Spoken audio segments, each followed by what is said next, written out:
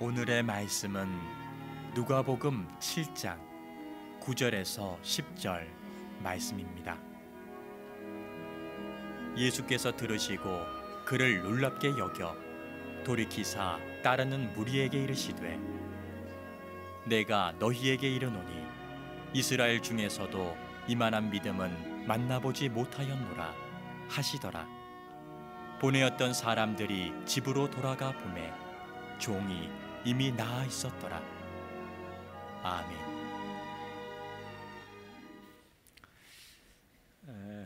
오늘은 누가복음 7장의 말씀으로 넘어가게 되는데, 지난 시간까지 두 주간에 걸쳐서 예수님의 평지 설교에 대한 내용을 소개해드렸습니다. 마태복음에서는 산상 설교라고 하고, 누가복음에서는 평지 설교라고 하는 소위 팔복, 누가복음에서는 사복과 사화에 대한 이야기로 구분을 했는데, 아주 굉장히 중요한 예수님의 메시지입니다. 그래서 따로 이 팔복에 대한, 사복과 사화에 대한 설교만 해도 큰 은혜가 되는데, 오늘 예수님께서 그 평지 설교를 마치신 다음에 가버나움으로 이동을 하십니다. 그리고 그 가버나움이라고 하는 곳에 들어가자마자 첫 번째 만난 사람이 누구냐?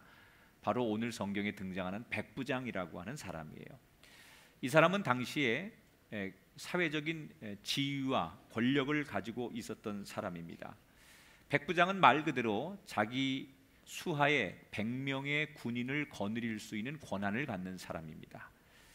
100명의 군인, 그러면 숫자가 좀 적은 것처럼 보이지만 2000년 전의 상황으로 거슬러서 그 당시를 생각해 본다면, 그 당시의 인구수와 군대로 생각할 때는 결코 적지 않은 숫자를 거느리는 지도자입니다. 전문가들의 얘기에 의하면 지금의 군대 재편으로 얘기하면 영광급에 해당하는, 대령, 중령, 소령 이 정도에 해당하는 지위 계통의 사람이었을 것이다 라고 추측을 합니다. 보통 군인 하면 우리가 갖는 이미지는 권위적이고 굉장히 냉철할 것 같고 냉정할 것만 같지요. 그러나 오늘 등장하는 이 군인인 백부장은 의외로 인간미가 넘치는 사람이었습니다. 이 백부장에게 이런 일이 생겼습니다. 오늘 2절에 보니까 어떤 백부장의 사랑하는 종이 병들어 죽게 되었더니 그랬습니다. 이 당시에 많은 노예를 거느리고 집에 종들을 데리고 있었는데, 종 하나가 시름시름 앓더니 움직이지 못하고 누워만 있더라는 거지요. 이 모습을 지켜본 주인이 몹시 마음이 아팠습니다. 자기 종을 끔찍이 사랑했습니다. 조금 생소한 관계지요.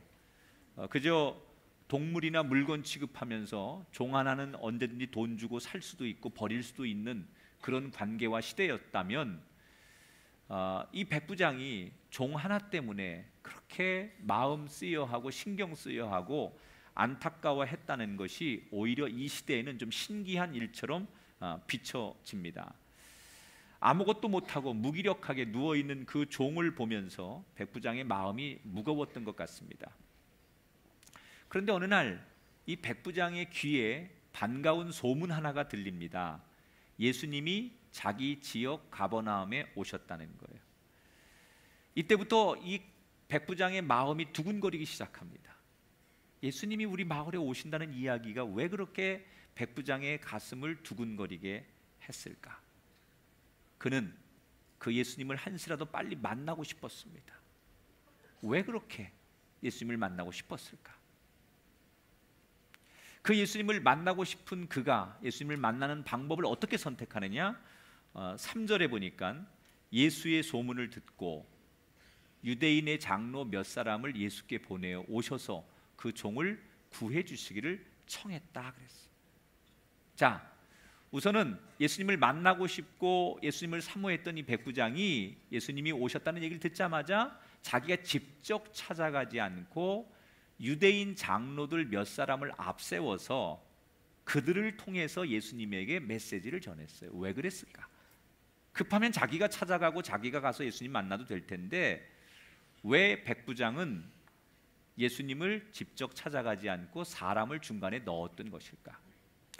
두 가지 이유가 있을 거라고 생각해요. 첫째는 예수님을 잘 모르기 때문에 초면에 그냥 다짜고짜 가서 저를 만나 주십시오, 제가 이런 부탁이 있으니까 들어주십시오, 이렇게 말하기가 조금 어려웠을 것이다.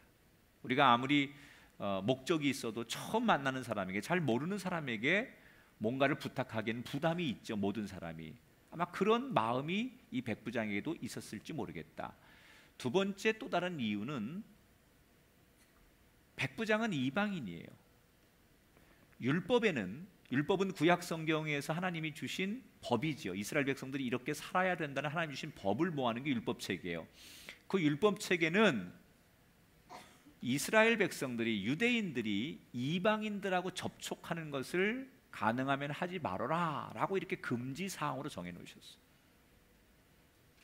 왜 하나님께서 이방인들하고 구약시대에 유대인들이 접촉하는 것을 하지 말라고 하셨을까?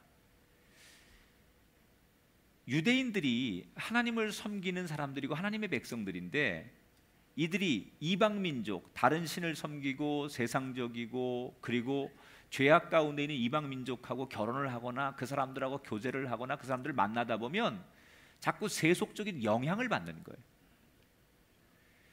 아니, 거꾸로 그들을 좋은 영향을 주면 좋은데 반대로 오히려 신앙이 있는 그들이 세상에 영향을 받아요. 여러분, 좋은 영향하고 안 좋은 영향하고 어떤 게 더 셉니까? 항상 안 좋은 영향이 더 세요. 좋은 말은 쉽게 기억을 못하는데 욕은 쉽게 기억하죠. 이 세상적인 것은 항상 거룩한 것보다 빠릅니다. 그러니까 유대인들이 자꾸 세상 사람들하고 접촉하다 보니 하나님의 거룩성, 하나님의 그 뜻을 저버리게 되고 혼탁해지니까 아예 그런 이방 사람들과 접촉하지 말아라 라는 것을 율법에 정해 주셨어요. 그리고 그게 유대인들에겐 구약 성경을 지나서 예수님이 오신 신약 시대에도 그 율법책을 붙들고 사는 유대인들은 전통적으로 그 율법을 철석같이 믿고 있었고, 그게 하나님 뜻이니까 이방인들을 예수님 시대에도 유대인들이 멀리했단 말이에요. 이 백부장이 내가 이방인인데 이런 유대인들의 전통과 율법에 철저히 순응하는 유대인들을 알았기 때문에 예수님이 날 만나는 걸 꺼려하실 거다. 혹시 나를 만나는 걸 다른 유대인들이 알면 예기치 않은 부작용이 생길 수도 있겠다. 이런 예수님을 배려하고 유대인들을 존중하는 의미에서 예수님을 직접 찾아가지 않았을 것이라는 거예요.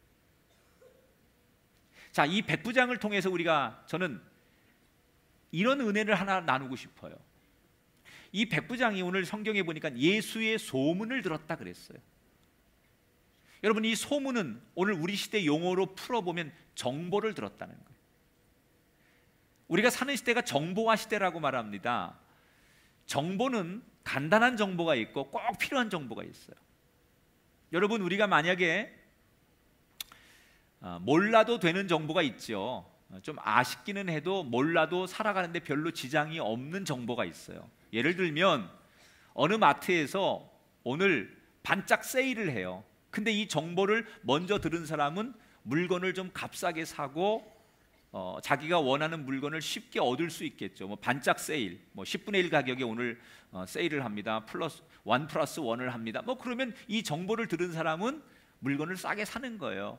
그러나 그 정보를 듣지 않았다고 해서 혹시 내가 내 인생에 큰 영향을 주는 건 아니에요. 그런데 정말로 꼭 듣고 알아야 될 정보가 있습니다.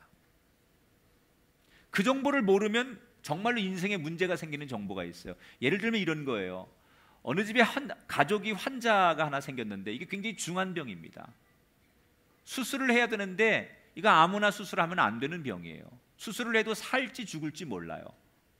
그런데 그 가족들이 어느 병원의 어느 전문의가 이 부분에는 아주 전문이고 특별한 의사고 이 분야에 대해서는 아주 이분이 잘 고치는 명의라는 정보를 들어요. 많은 의사들 가운데 이 사람은 특히 이 분야에 있어서 굉장한 전공자고 이 사람은 이 분야에 있어서 권위자라는 정보를 듣기 때문에 일부러 자기의 가족된 환자를 그 선생님에게 데리고 가면 다른 분보다 살 확률이 높은 거지. 생명을 다루는 문제, 내 운명을 다루는 문제인데 정보를 들은 사람은 그 정보 때문에 사람을 살리고 자기 인생의 미래를 열지만 그 정보가 없는 사람은, 정보가 어두운 사람은 그냥 그 사람을 모르고 다른 곳에 맡겼다가 문제가 생길 수도 있다는 얘기예요.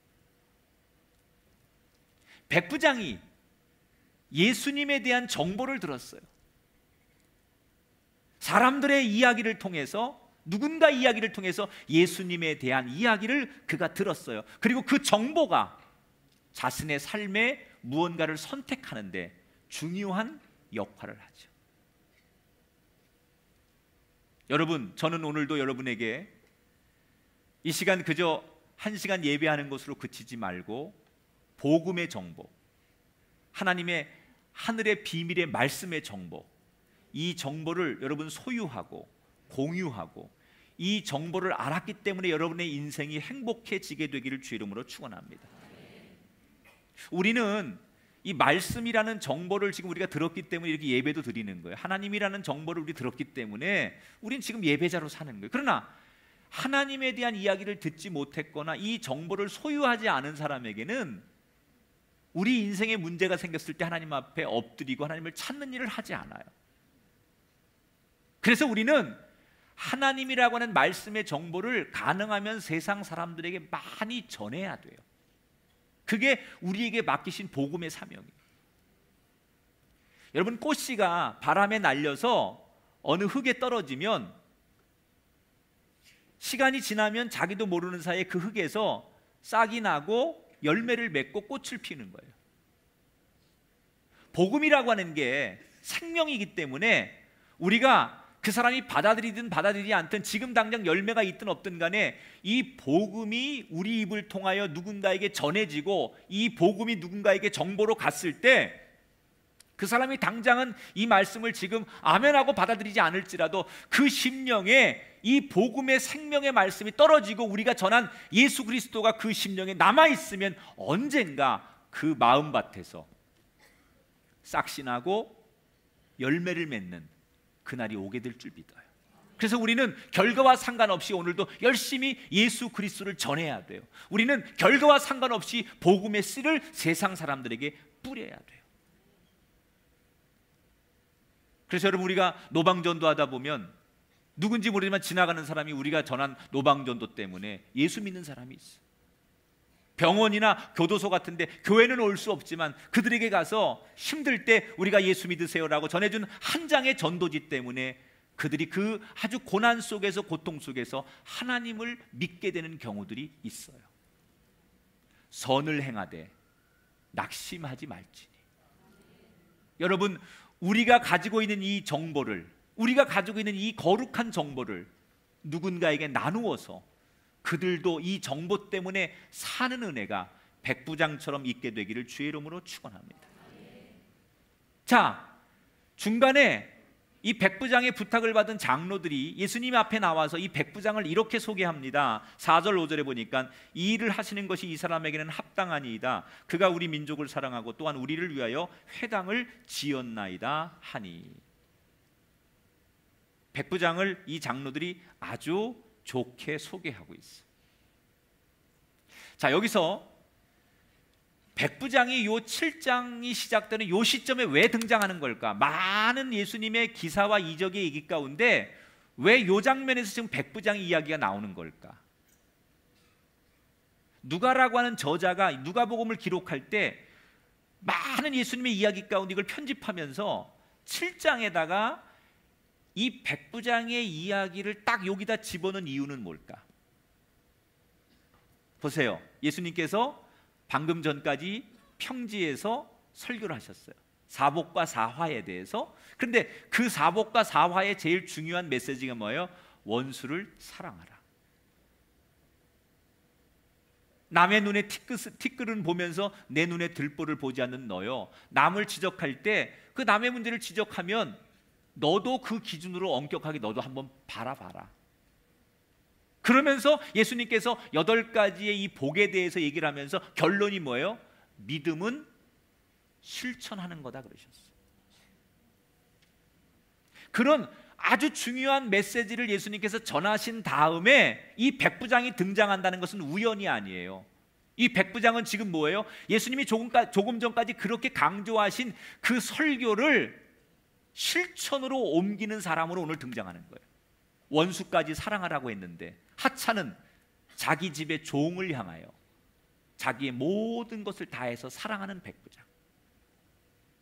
그냥 마음속에 이 사람 불쌍하다, 국률하다, 어떡하지 이렇게 걱정만 하는 정도가 아니라 그 예수님을 만나려고 믿음을 가진 그가 실천으로 옮기는, 예수님을 만나고자 그가 사람들을 보내고 몸부림치는 실천하는 믿음이 어떤 건지를 이 백부장을 통해서 보여주고 있다는 거예요.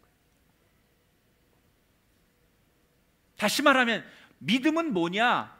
그냥 설교를 듣고 메모하고 듣고 그렇게 기록하고 있다면 그게 좋은 믿음이냐? 아니라는 거예요. 백부장의 말대로 설교를 그대로 실천하는 사람, 들은 말씀을 내 삶의 행동으로 옮기는 사람, 그게 바로 믿음이라는 거예요.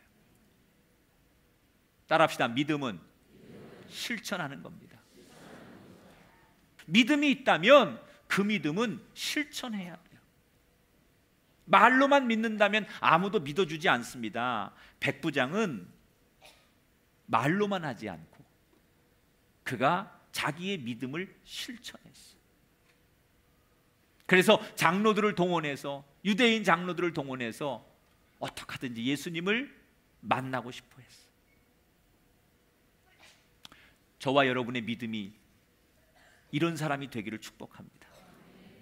우리의 믿음, 내가 오랫동안 믿음 생활했습니다, 이걸 자랑하는 사람이 아니라 오늘도 내 믿음이 첫걸음을 뛸 수 있는, 삶에 실천할 수 있는 그 믿음의 사람이 되기를 주의 이름으로 축원합니다. 따라합시다. 믿음은 결과가 있어야 합니다. 자, 첫 번째 믿음은 실천하는 게 믿음이라고 했다면, 두 번째 믿음은 결과가 있어야 돼요. 지난번에 예수님께서 평지 설교 가운데 이런 얘기 하셨죠. 누가복음 6장 44절에 보니까 나무는 각각 그 열매로 아나니 가시나무에서 무화과를 또는 찔레에서 포도를 따지 못하니라. 이 자연의 법칙이죠. 사과를 심으면 사과나무가 나오는 거고, 포도를 심으면 포도나무에서 포도 열매를 얻는 거예요. 믿음도 마찬가지라는 거예요. 우리가 믿음을 심으면 반드시 그 믿음을 심은 대로 열매를 맺는 거예요. 그래서 갈라디아에서 뭐라고 했어요? 우리가 정말 좋은 믿음이면 성령의 9가지 열매를 맺는다 그랬어요. 에베소서에서는 우리가 정말 좋은 믿음이면 빛의 열매 3가지를 맺는다. 빛의 열매는 모든 착함과 의로움과 진실함에 있느니라. 그러니까 우리가 어떤 믿음을 가졌느냐, 어떻게 믿었느냐 하는 것은 열매로 나타난다는 거예요. 만약에 우리가 지금 잘못된 신앙 가지고 있어요, 잘못된 믿음 가지고 있어요, 그럼 뭐로 나타날까요? 우리의 열매로 나타나는 거예요. 자, 그러면 지금 우리가 맺고 있는 열매가 좋은지 나쁜지 어떻게 알까? 내가 지금 내 믿음이 좋은 믿음인지 아닌지 어떻게 알까? 내가 착하게 살고 있으니까 좋은 믿음이야, 문제를 일으키지 않고 있으니까 좋은 믿음이야. 아니에요. 나는 아무 문제도 트러블도 일으키지 않고 착하게 살고 있으니까 나는 좋은 믿음이야 라고 여러분 평가하십니까? 아니라는 거예요. 그럼 뭐냐? 따라합시다. 내 믿음의 결과는 다른 사람들의 눈을 통해 나타납니다. 자, 백부장이 예수님을 믿었어요. 그런데 그 믿음이 좋은 믿음이냐 안 좋은 믿음이냐를 누구를 통해 드러내느냐? 유대인 장로들을 통해서 증명이 되는 거예요. 유대인 장로들이 이 백부장을 대신해서, 백부장이 부탁하는데, 이방 사람이 부탁하는데 그 유대인 장로들이 그 부탁을 받고 예수님에게 가서 백부장의 얘기를 전했어요. 심부름을 해줬어요. 여러분, 유대 장로들은요, 당시에, 이 당시는 종교 사회이기 때문에, 정치, 경제 여러 분야가 있지만 종교성이 강한 사회이기 때문에 종교적 리더입니다. 굉장히 그 지역의 어른들입니다. 영향력이 있는 사람들입니다. 비록 로마의 지배를 받고 있었지만 유대 장로들이라고 하는 것은 그 지역에 존경받는 대표들이고 어른들입니다. 그런데 이 사람이 이런 자존심 강하고 어른 대접받는 사람들이 한낱 이방인이 부탁하는 것 때문에 예수님 앞에 장로들이 함께 가서 이 부탁을 예수님께 간청했다라고 하는 것은요, 이게 쉬운 일이 아닙니다. 더군다나 엄밀히 말하면 백부장의 부탁이지만 그 백부장의 종, 하찮은 종이 죽는 문제로 이 장로들이 동원된 거예요. 차라리 백부장이 아파서 누워 있어서 백부장을 좀 도와주십시오, 백부장을 고쳐주십시오, 그러면 자존심이 덜 상했을지도 몰라요. 그런데 백부장의 하인 중에 한 사람이 죽어가는 문제로 장로들이 동원돼가지고 예수님께 가가지고 간청을 했다는 것은 이 상황상 그 당시에 유대 장로들의 위치와 정서상으로는 이방인의 부탁을 듣고 그렇게 쉽게 할 수 있는 문제가 아니었다는 거예요. 그런데 장로들이 왜 그랬을까? 이 백부장을 소개하는, 평가하는 장로들의 증언을 들어보면 알아요. 5절에 이렇게 써 있어요. 장로들이 예수님께 뭐라고 이 백부장을 소개하느냐? 그가 우리 민족을 사랑하고 또한 우리를 위하여 회당을 지었나이다. 그는 다른 이방인들하고 다릅니다. 그의 믿음은 다른 이방인들하고 다릅니다. 그는 삶의 아름다운 열매를 가지고 있는 진짜 믿음의 사람입니다. 그가 비록 이방인이지만, 우리 유대인들에게 원수 같은 사람들이지만, 그는 정말로 다른 사람들과 다르게 우리 유대인들을 사랑하고 하나님을 사랑하는, 예수님이 정말 축복해 줄 만한 진짜 믿음의 사람입니다. 이 당시 많은 이방인들이 예수님을 믿겠다고 하고 많은 사람들이 예수님을 믿는 사람들이 있었지만 그런 사람들과 차원이 다릅니다. 이 사람은 우리 눈으로 볼 때, 우리 삶으로 볼 때, 그동안 지켜봤을 때 이 사람은 정말로 좋은 믿음을 가진 사람이고 축복받아야 될 만한 믿음을 가진 사람입니다 라고 얘기했다는 거예요. 유대인들이 이방인들을 이렇게 만나는 자체가 여러분 굉장히 어려운 일이에요. 율법에 금했기 때문에.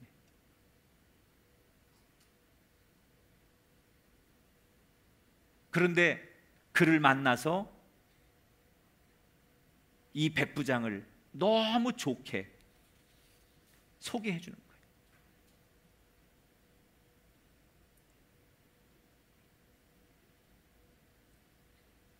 여러분, 이 백부장이 예수 잘 믿고 있다는 걸 뭘로 알 수 있습니까? 자기가 자기 입으로 나 예수 잘 믿고 있습니다, 나 믿음 생활 잘하고 있습니다, 이걸로 압니까? 자기가 자기 믿음을 판단하는 거 아닙니다. 나는 지금 잘하고 있어, 나는 지금 장로로서, 권사로서, 목사로서 난 지금 잘하고 있는 거야, 이거 자기가 평가하는 거 아닙니다. 어떻게 평가하는 거냐? 내가 예수를 잘 믿고 있는지 아닌지는 내가 판단하는 게 아니라 다른 사람들이 결정하게 하는 거예요. 다른 사람들이 우리를 보고 뭐라고 말하는가?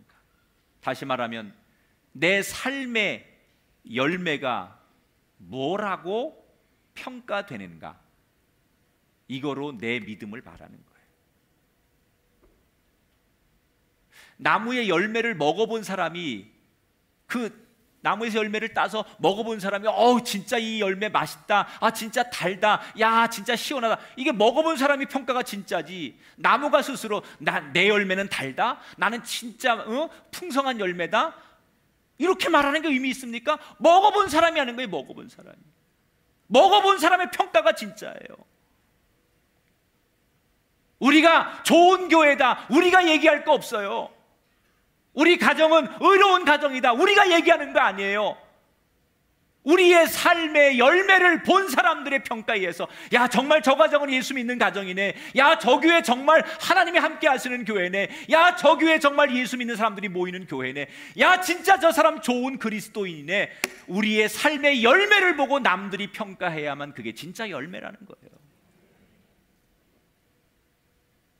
여러분, 누군가 우리를 바라보고 이야기할 때 유대 장로들이 이 백부장에 대해서 정말 그 사람 훌륭한 사람입니다 라고 얘기해 줬던 것처럼 저와 여러분의 삶의 평가에도 이런 증언들이, 고백들이 들려오게 되기를 주의 이름으로 축원합니다.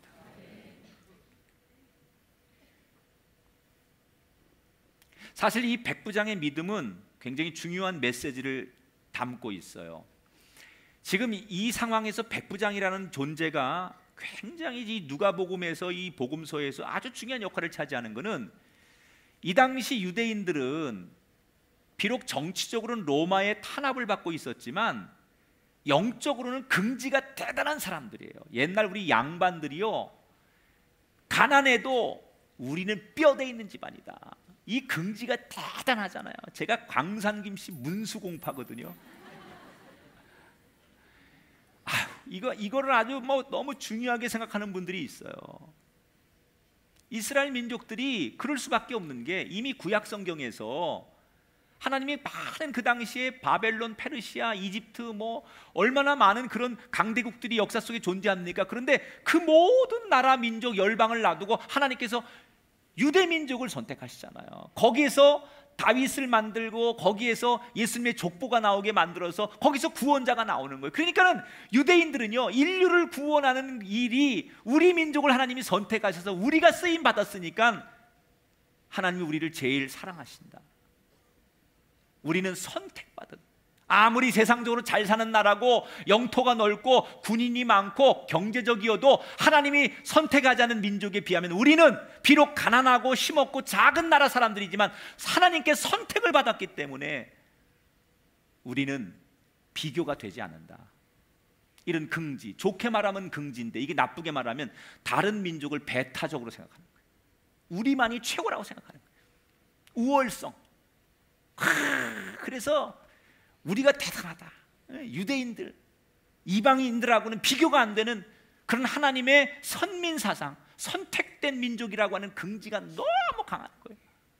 이미 아까도 말씀드린 대로 구약에서 율법에 너희들은 특별한 민족이니 이방 사람들하고 어울리지 말아라, 이런 말씀을 주신 것을 그대로 가지고 전통처럼 지켜오던 그들이었는데, 어느 날 예수님께서 오늘 이 백부장 사건에서 엄청난 핵폭탄 선언을 하세요.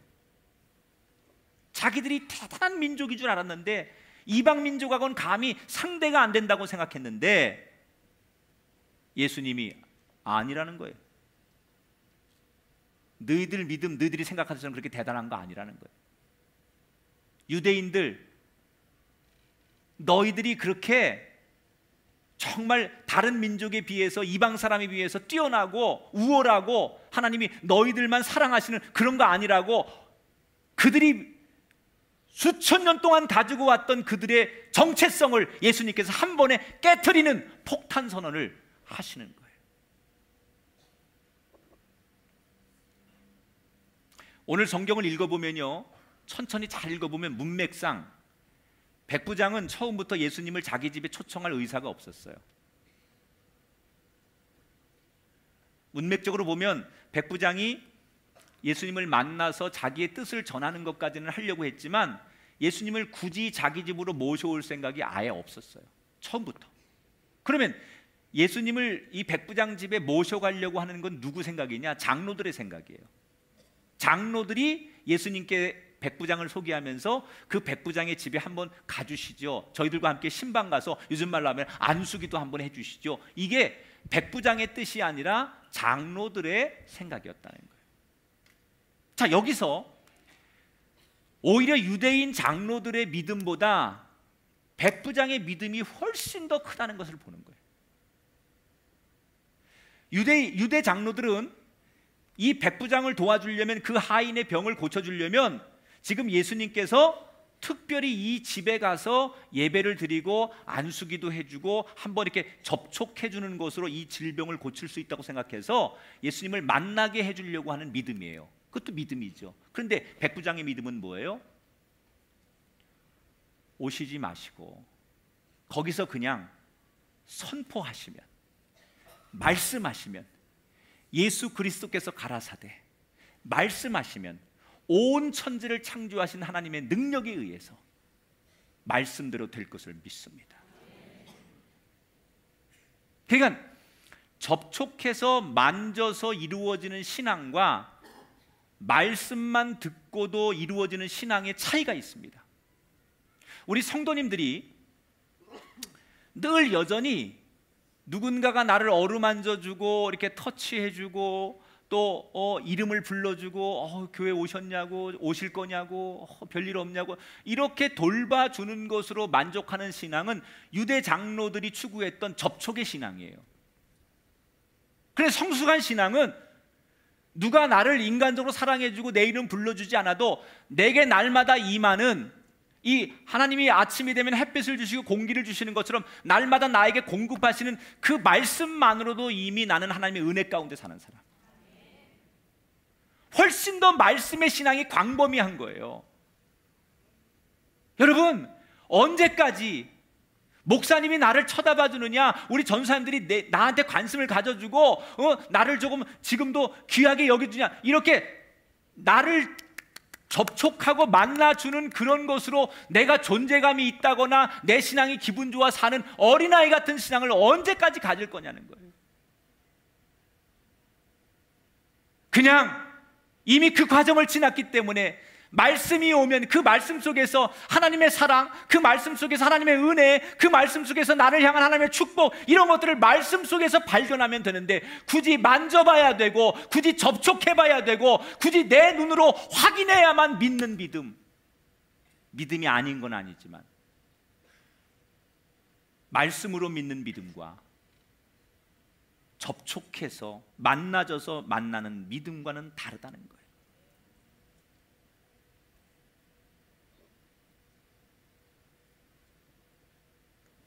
백부장의 부탁을 받고 장로들이 예수님께 청하니까 예수님이 갈 의사가 있다고 하셨나 봐요.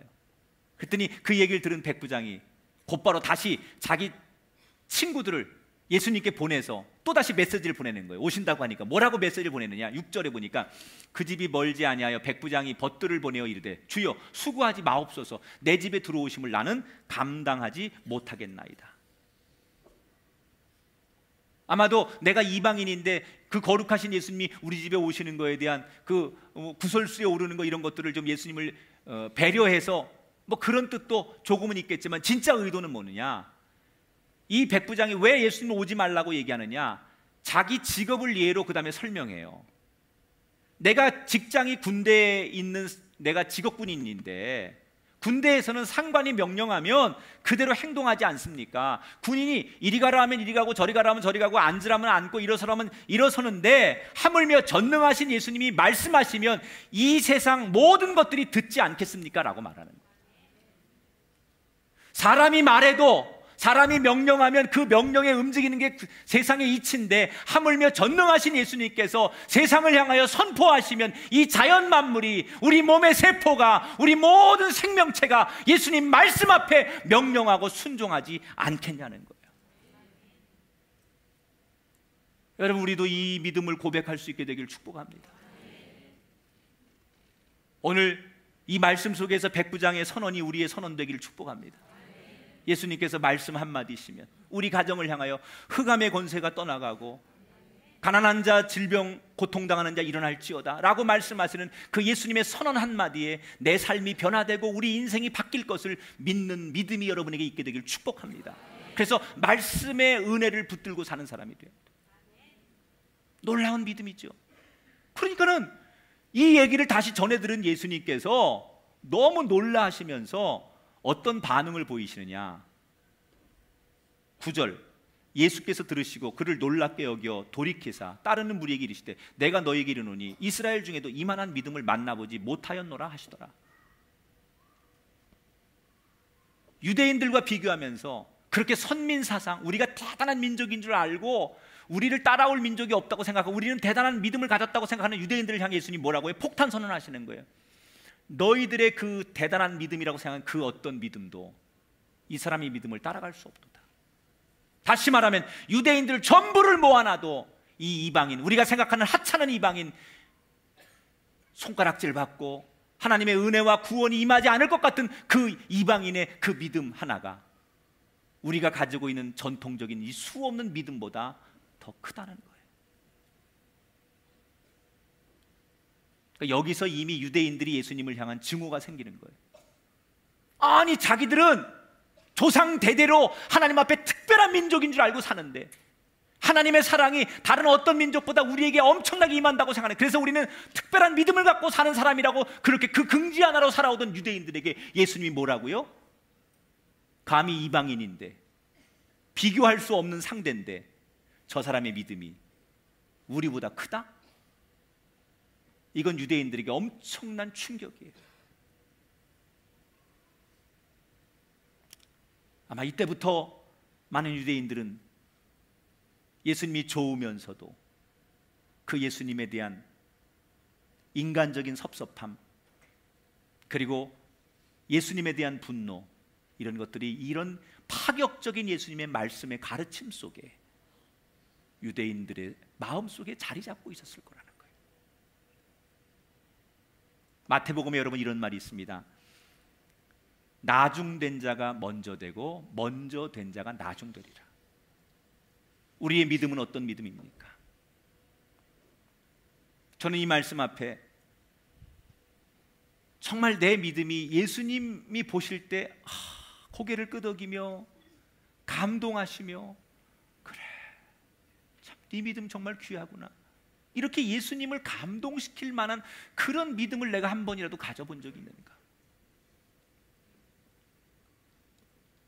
우리의 믿음이 천국은 가겠지만 겨우 꼴찌로 턱걸이에서 간신히 들어가는 그런 믿음 정도인가?